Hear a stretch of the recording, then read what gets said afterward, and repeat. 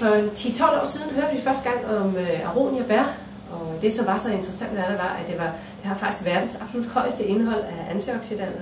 Hvis den har en meget, meget tørre, astringerende eftersmag, som er ret ubehagelig.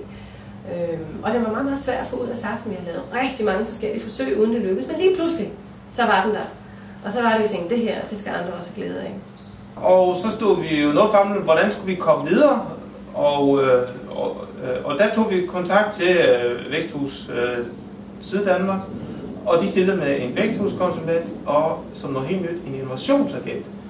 Og under det møde der blev det hurtigt klar, at der havde vi 2 hovedområder, som vi skulle have løst. Den ene, det var markedsføringsindsatsen, hvordan skulle vi gribe det andet, hvordan skulle det sælges, og det andet, det var noget procesteknik, som var noget nyt. Og det kunne den innovationsagent ret hurtigt analysere sig frem til, at der skulle laves en videnskupon til det. Det, der var så fantastisk ved det her innovationstjek, det var, at vi blev sat i forbindelse med en rigtig dygtig procesteknisk medarbejder, og vi fik udarbejdet en videnskupon.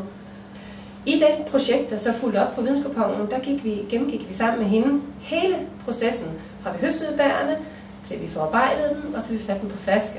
Og hun var med at beskrive alle processer, hvor der var risiko for, at der kunne ske noget, og hvor vi var ekstra fokus på, hvor vi skulle behandle produktet.